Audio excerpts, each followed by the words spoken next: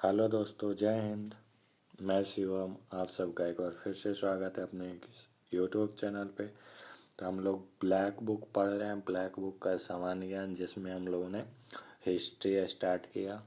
और हिस्ट्री में अभी हम आधुनिक हिस्ट्री पढ़ रहे हैं, आधुनिक इतिहास पढ़ रहे हैं।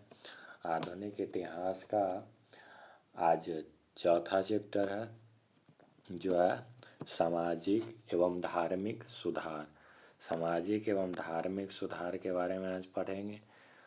तो चलिए पढ़ते हैं कि इसका पहला क्वेश्चन है कि मोहम्मडन एंग्लो ओरिएंटल कॉलेज बाद में किस नाम से बन गया था। तो मोहम्मडन एंग्लो ओरिएंटल कॉलेज जो था वो बाद में अलीगढ़ मुस्लिम विश्वविद्यालय, अलीगढ़ मुस्लिम विश्वविद्यालय के नाम से ये फेमस हो गया था। अगला है, आनंद वन की स्थापना के लिए किसे जाना जाता है। तो आनंद वन की स्थापना के लिए बाबा आम आमटे बाबा आमटे को आनंद वन की स्थापना के लिए जाना जाता है। अगला है, बंकिम चंद्र चट्टोपाध्याय ने आनंद मठ किस वर्ष में लिखा। तो आनंद मठ जो है वो 1882 में लिखा गया था। किसके द्वारा? बंकिम चंद्र चट्टोपाध्याय, बंकिम चंद्र चट्टोपाध्याय के द्वारा आनंद मठ लिखा गया है। कब? 1882 में। अगला है, कौन सा उपन्यास भारत में स्वतंत्रता सेनानियों के लिए प्रेरणा का स्रोत रहा था। तो ये जो आनंद मठ जो है वो भारत में स्वतंत्रता सेनानी का एक प्रेरणा का स्रोत था। कौन? आनंद मठ। आगे है कि वेदों की ओर चलो का आह्वान किसके द्वारा किया गया था। तो भाई वेदों की ओर चलो, वेदों की ओर चलो का आह्वान जो है वो स्वामी दयानंद सरस्वती, कौन थे?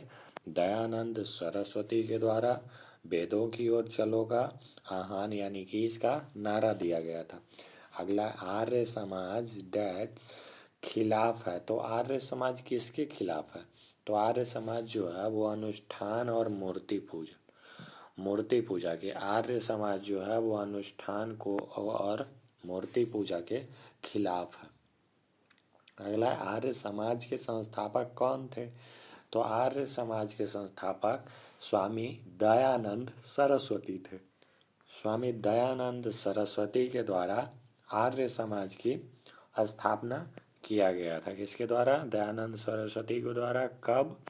1875 ईस्वी में। 1875 ईस्वी में आर्य समाज की स्थापना स्वामी दयानंद सरस्वती के द्वारा किया गया है। अगला, आर्य समाज का प्रथम मुख्यालय कहाँ था।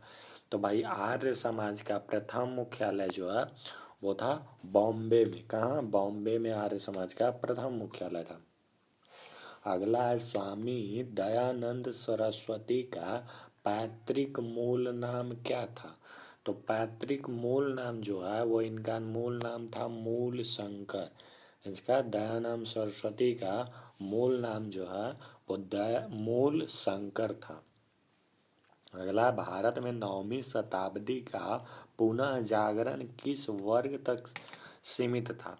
तो ये जो है वो 9वीं शताब्दी का पुनः जागरण जो था वो उच्च वर्ग तक सीमित था। क्या यहाँ तक? उच्च वर्ग तक। अगला है कि शुद्धि आंदोलन के संस्थापक थे। तो शुद्धि आंदोलन के संस्थापक स्वामी दयानंद सरस्वती थे। कौन?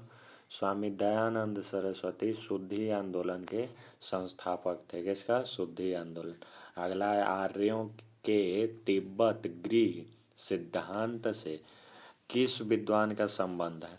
तो तिब्बत गृह सिद्धांत से स्वामी दयानंद सरस्वती का जो है वो संबंध, स्वामी दयानंद सरस्वती का संबंध जो है वो तिब्बत गृह सिद्धांत से है। अगला है, आर्य समाज सिद्धांतों पर कब विभाजित हुआ। तो भाई आर्य समाज सिद्धांतों पर 1893 ईस्वी में जो है वो विभाजित हो गया था। कब? 1893 में। अगला है, पश्चिम भारत के किस धर्म सुधारक को लोकहितवादी के नाम से जाना जाता है।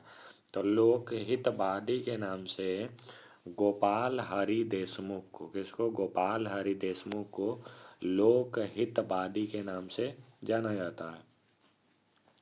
अगला है मनुष्य के लिए एक जाति, एक धर्म, एक ईश्वर, श्री नारायण गुरु की शिक्षा है। मनुष्य के लिए एक जाति, एक धर्म, एक ईश्वर जो है वो श्री नारायण गुरु की शिक्षा है। अगला है कि बम्बई में प्रार्थना समाज की स्थापना किस वर्ष हुई? तो बम्बई में प्रार्थना समाज की स्थापना जो है वो 1867 ईस्वी में आत्मा राम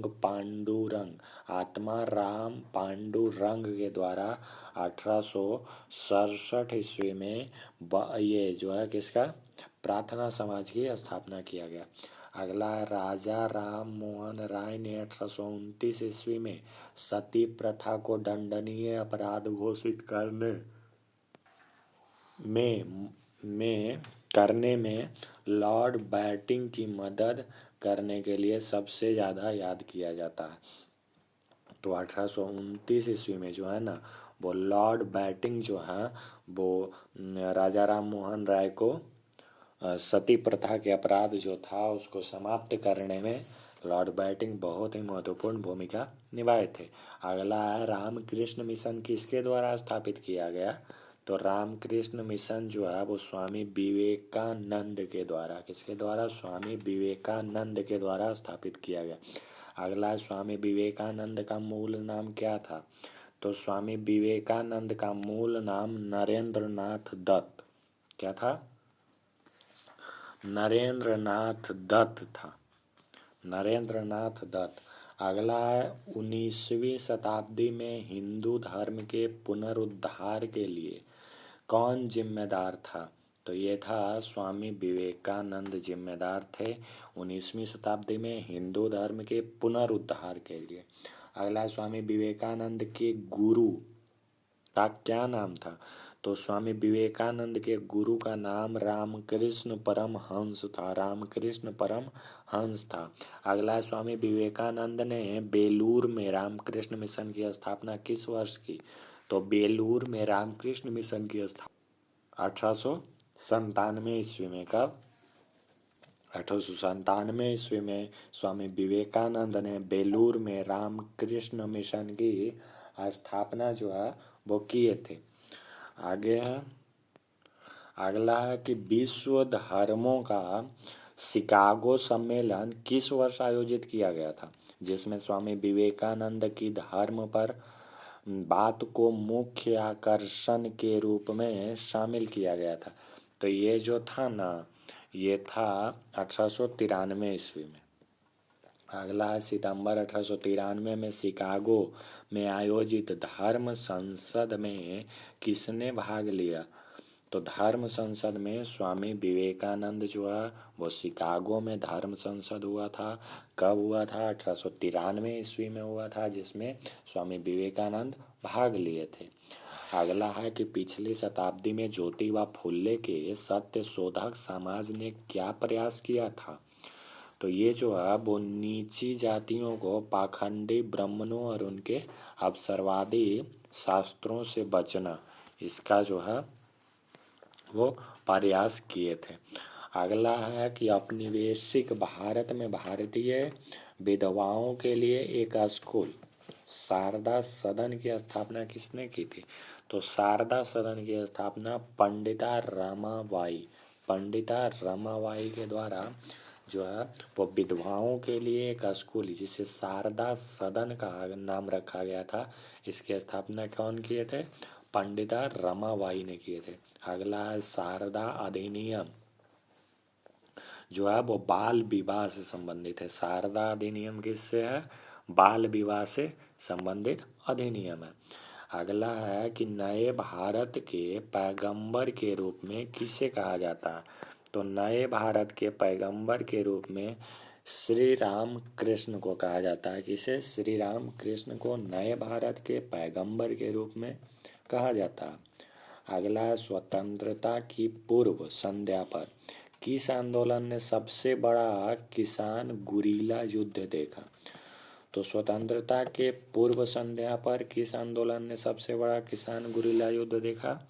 तो तेलंगाना तेलंगाना आंदोलन जो है वो सबसे बड़ा किसान गुरिल युद्ध था।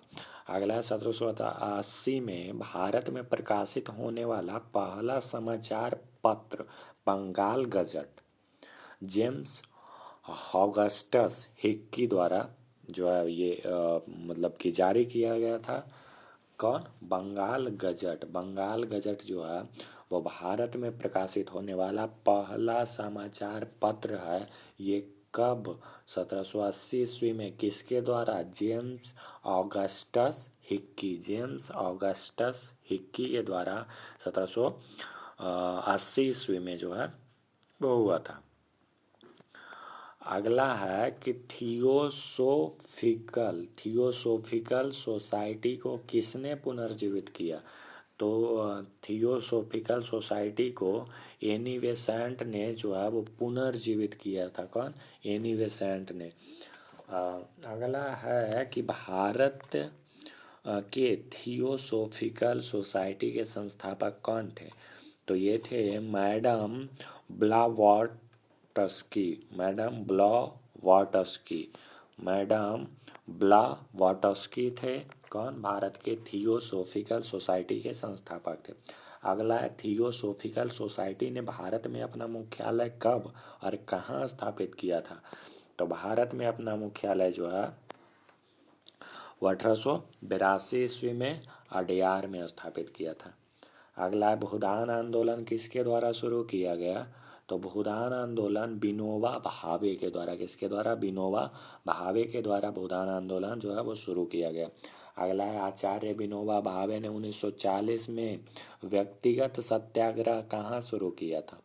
तो ये जो है व्यक्तिगत सत्याग्रह महाराष्ट्र में पावनार में जो है वो आचार्य विनोबा भावे ने 1940 में व्यक्तिगत सत्याग्रह शुरू किया था। अगला है कि बहावी आंदोलन का मुख्य उद्देश्य क्या था? वहावी आंदोलन का मुख्य उद्देश्य जो था वो इस्लाम को शुद्ध करना, यानी कि इस्लाम को शुद्ध करना जो है वो क्या था? वहावी आंदोलन का मुख्य उद्देश्य था। अगला है समाजवाद अनिवार्य रूप से कामगारों का एक आंदोलन है। किसका? कामगारों का एक आंदोलन है। कौन? समाजवाद। अगला है कि भारत का राष्ट्रीय गीत किस उपन्यास में चित्रित किया गया है? तो ये जो है भारत का राष्ट्रीय गीत जो है वो आनंद मठ में जो है वो चित्रित किया गया है। किसमें? आनंद मठ में।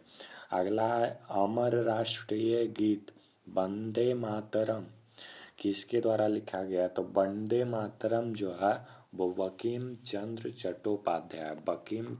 चट्टोपाध्याय के द्वारा अमर राष्ट्रीय गीत वंदे मातरम जो है वो लिखा गया है।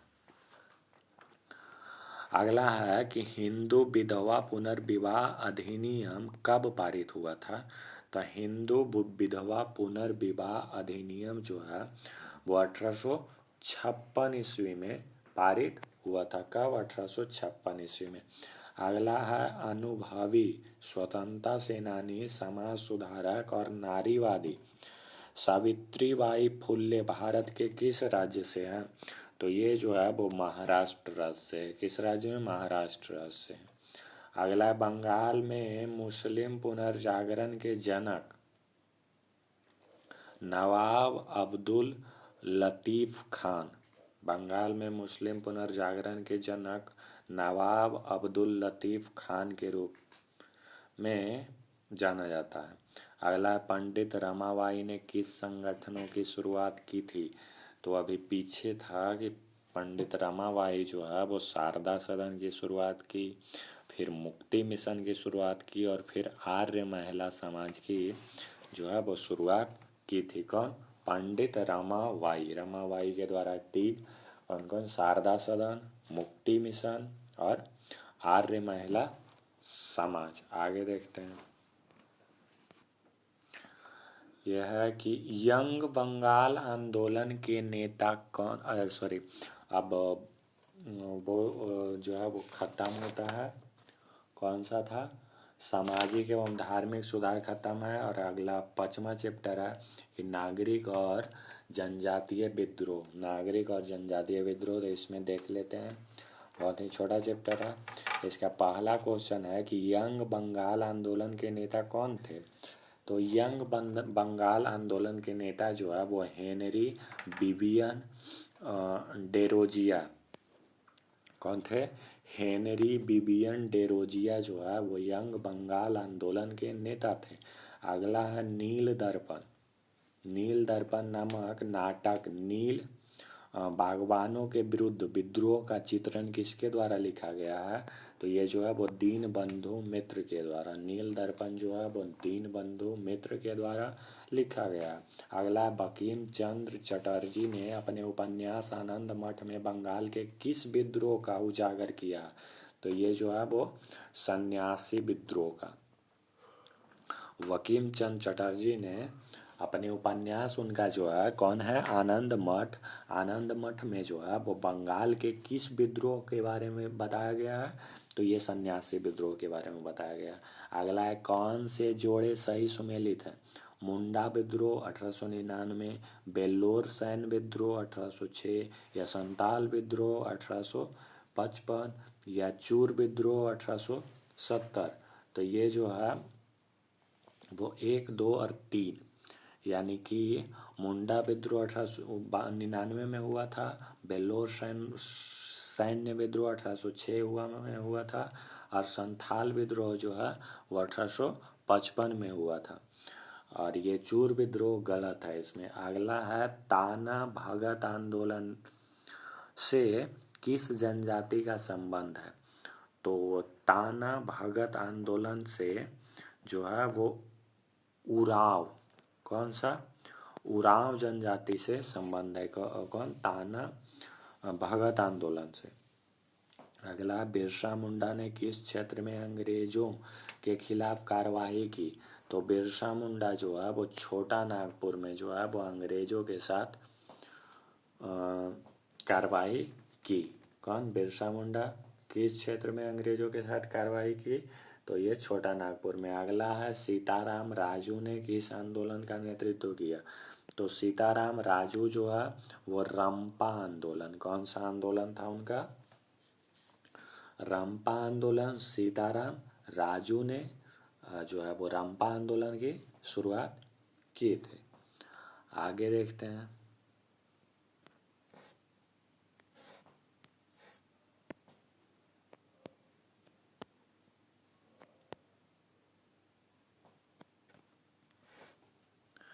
अगला है पथारू घाट किसान ने किस वर्ष असम में अंग्रेजों की कर नीति के खिलाफ विद्रोह किया था?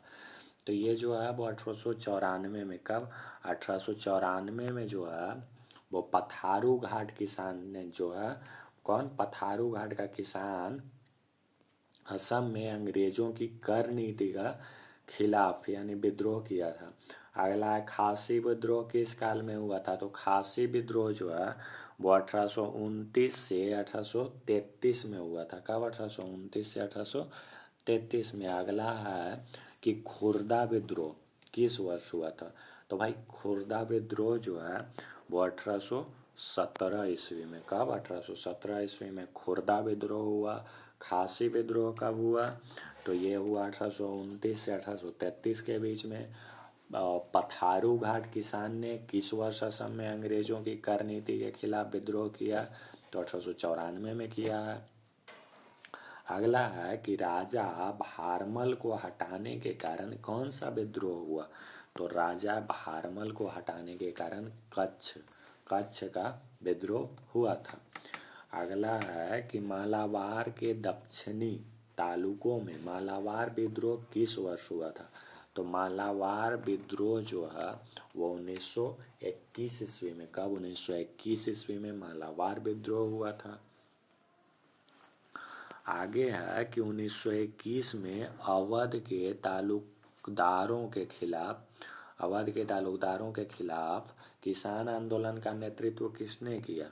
तो किसान आंदोलन का नेतृत्व जो है वो बाबा रामचंद्र ने किया था। कौन? बाबा रामचंद्र ने अवध के तालुकदारों के खिलाफ। कब? 1921 ईस्वी में। अगला 1817 ईस्वी में पाइका विद्रोह के नेता कौन थे? तो ये थे बख्शी जगबंधु विद्याधर। बख्शी जगबंधु विद्याधर जो है वो 1817 में पाइका विद्रोह के नेता थे। अगला है कि स्वतंत्रता संग्राम के दौरान प्रसिद्ध मोपला विद्रोह किस राज्य में हुआ? तो भाई मोपला विद्रोह जो है वो केरल में हुआ। कहाँ? केरल में मोपला विद्रोह हुआ था। अगला है सुरेंद्र साई ने किस विद्रोह का नेतृत्व किया था? तो सुरेंद्र साई जो है वो संबलपुर विद्रोह। कौन सा? संबलपुर विद्रोह का नेतृत्व कौन किया है? सुरेंद्र साई ने संबलपुर विद्रोह का नेतृत्व किया है। एक बार फिर देखते हैं है कि पथारू घाट किसान ने किस वर्ष असम में अंग्रेजों की कर नीति के खिलाफ विद्रोह किया? तो 1854 में पारू घाट किसान विद्रोह हुआ था। अगला है खासी विद्रोह। खासी विद्रोह किस काल में हुआ था? तो ये 1829 से 1833 के बीच में खासी विद्रोह हुआ है। अगला है खासी विद्रोह किस काल में हुआ? तो 1829 से 1833। खुर्दा विद्रोह 1817 में। अगला मालाबार के दक्षिणी तालुकों में मालाबार विद्रोह 1921 में। तो यहाँ तक आज 2 चैप्टर हुआ। आज के लिए इतना ही। जय हिंद। फिर मिलते हैं अगले वीडियो में।